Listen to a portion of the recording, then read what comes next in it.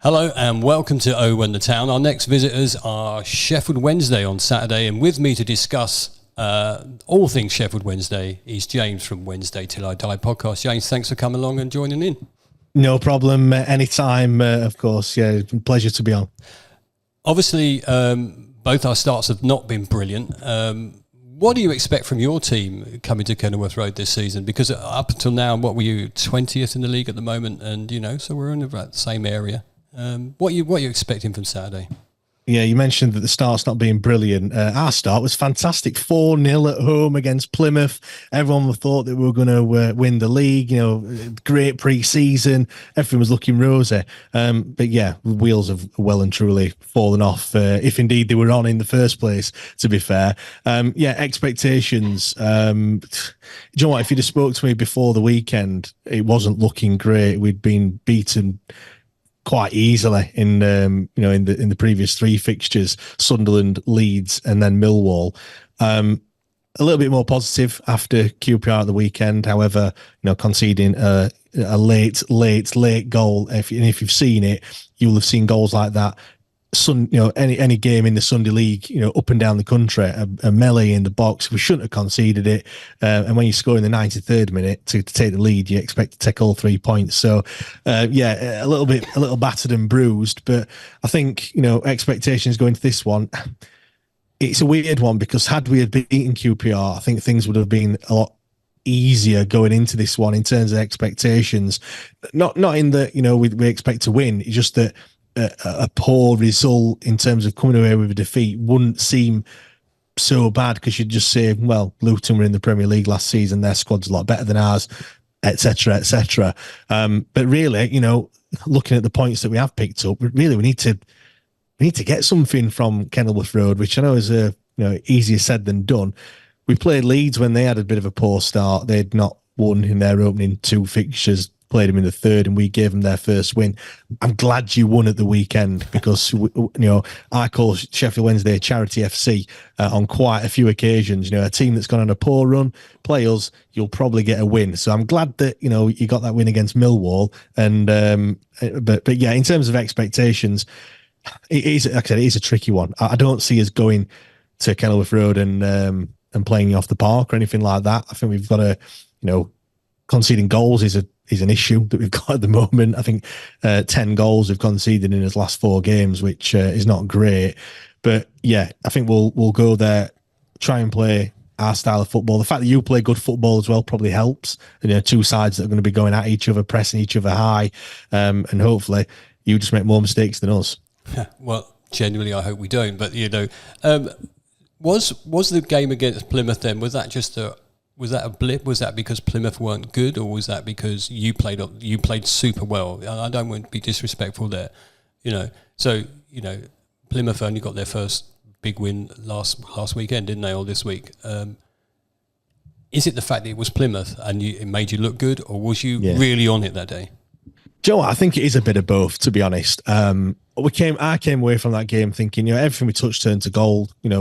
The passing was slick. It looked really good. And there is an element of, you playing well does make another team look poor. There was a section of the fan base saying, let's not get too carried away. Plymouth were terrible. And then, when you go to the stadium like the following week and ship 4 goals, you're probably thinking maybe Plymouth were just really bad. There is an element of that. It was like I said, everything just clicked. Everything worked. Like I said, the passing was slick. The movement was great. Every shot we seemed to trouble the goalkeeper, if not go in. Even scoring, them scoring an own goal with a wicked deflection from a header. Like I said, we were on cloud 9 really, and yeah, it's, like I said, the performances just haven't quite been there. Sunderland, you could put it down to they're a good side. I mean, we'd only played them in game week 2. They've obviously, I know they lost at the weekend, but up until that point, they've got 4 wins and they're still at the top of the league.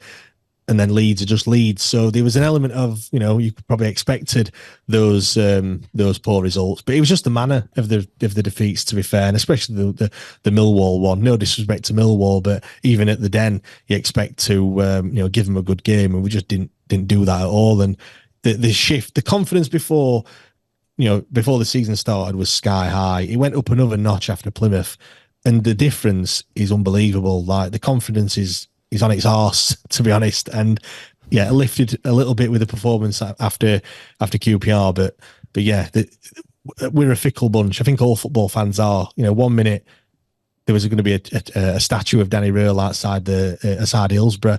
The next minute, people are questioning whether he's the man to do the job, which I think is just baffling.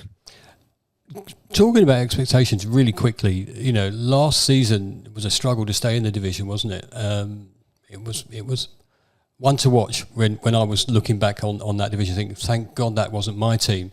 So you couldn't get any worse. You stayed there. You got yourself staying in the Championship, and then you're thinking, now what was the positivity? Was it your transfer window? Was it the action you've done in the transfer that says, well, we couldn't do any worse than we did last season?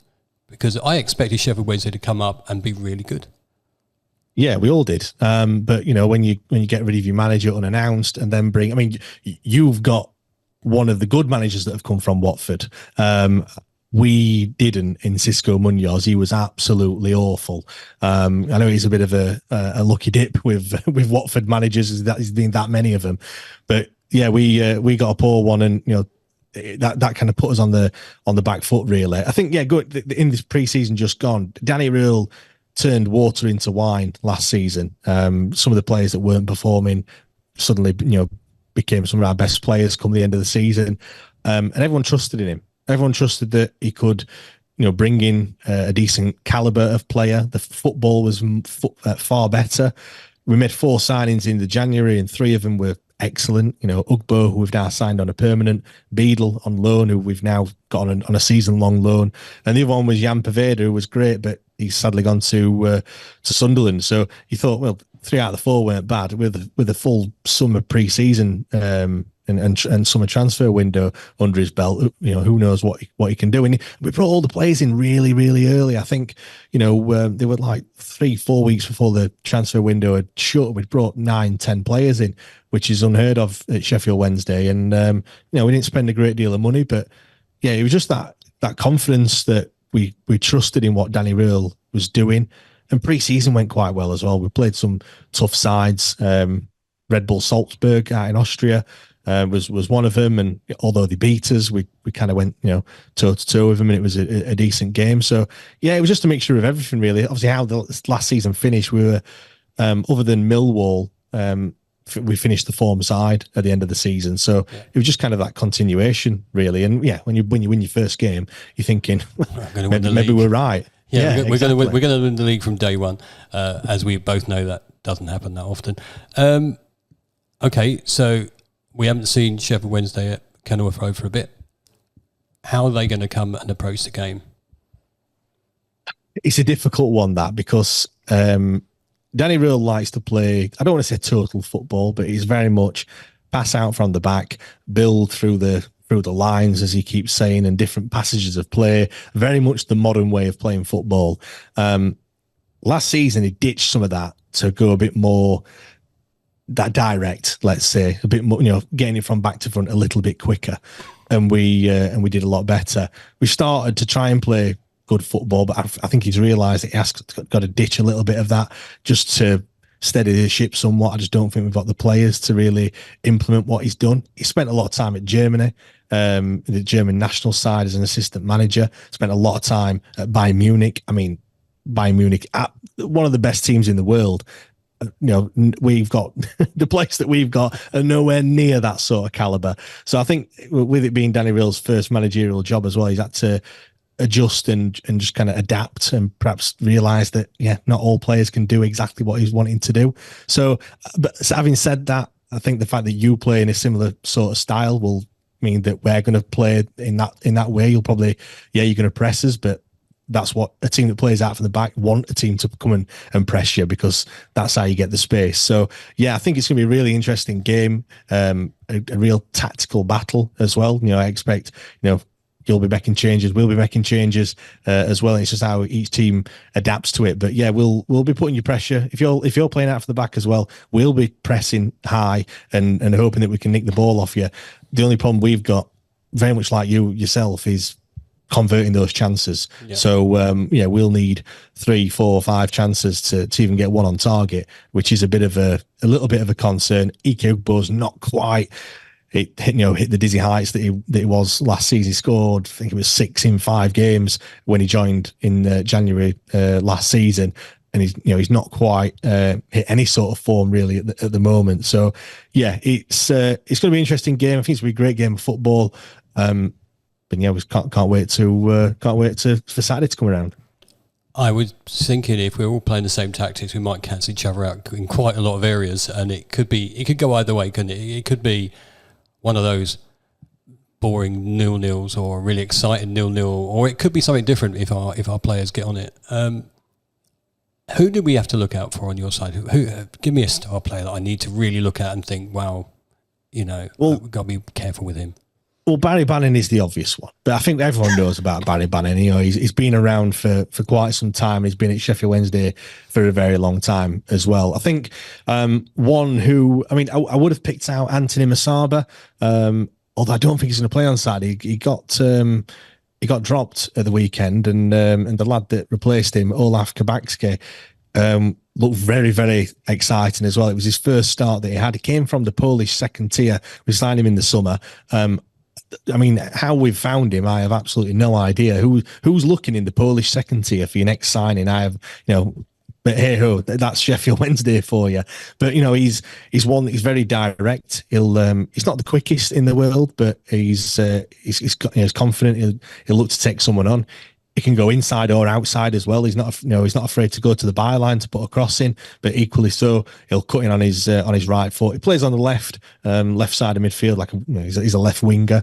He had an effort at the weekend where he did just that, cutting on his right foot, and he was very unlucky not to score. To be honest, he's one that you probably need to keep an eye on. He's certainly gonna, hopefully trouble your fullbacks on Saturday. It's a very small insight into Sheffield Wednesday, and I'm just hoping you're not on form at the weekend for obvious reasons, because we do need that home win. We haven't had one yet. The dreaded score predictions coming now. How do you feel it's going to go? Because I hate doing it, and I've already said this on our own podcast earlier this week, because we've already done this one. And I'll tell you that I said 3-0 to Luton Town. I'm hopeful that Eli and Colton will get a couple each. No, I can't get a couple each. That'll be 4, wouldn't it? So get a couple between them, and I'll take 3-0. What do you think might be your score?